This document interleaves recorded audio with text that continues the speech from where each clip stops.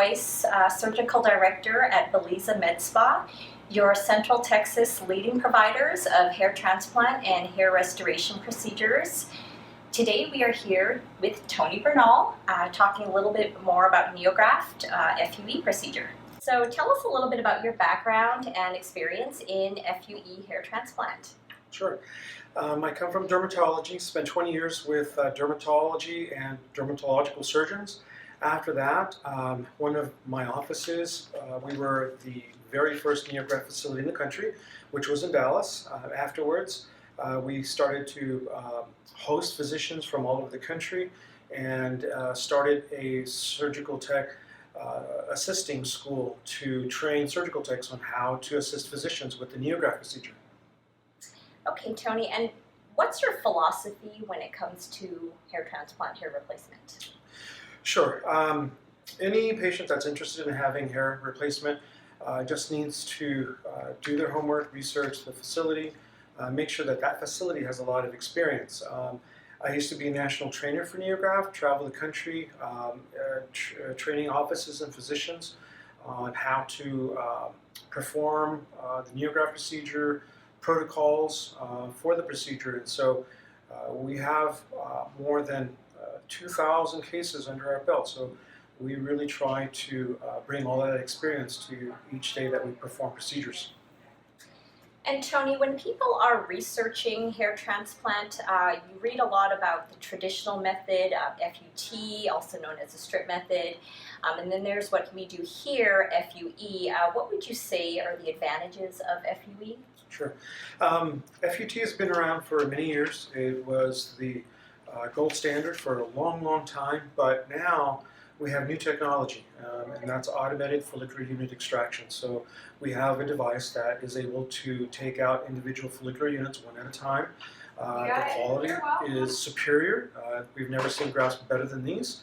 And so we are able to offer patients better results without a linear scar across the back of the scalp. So definitely AFUE is the way to go.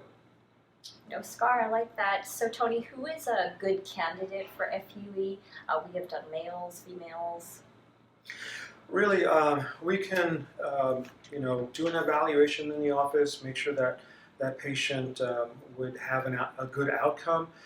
Really, anyone who's got a good donor area is a candidate. As long as it's not sudden onset hair loss, they would be a good candidate to have this procedure.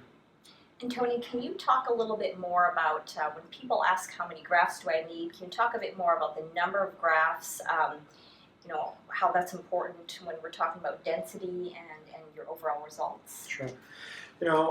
My philosophy is that we try to do as many grafts as possible on a given day because the patients have taken time off to have the procedure done, so we want to try to maximize the result.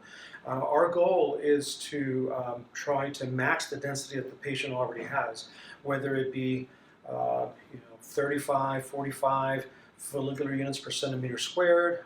If we can perform more than that, we will, but basically we're trying to blend it into their surrounding natural hair.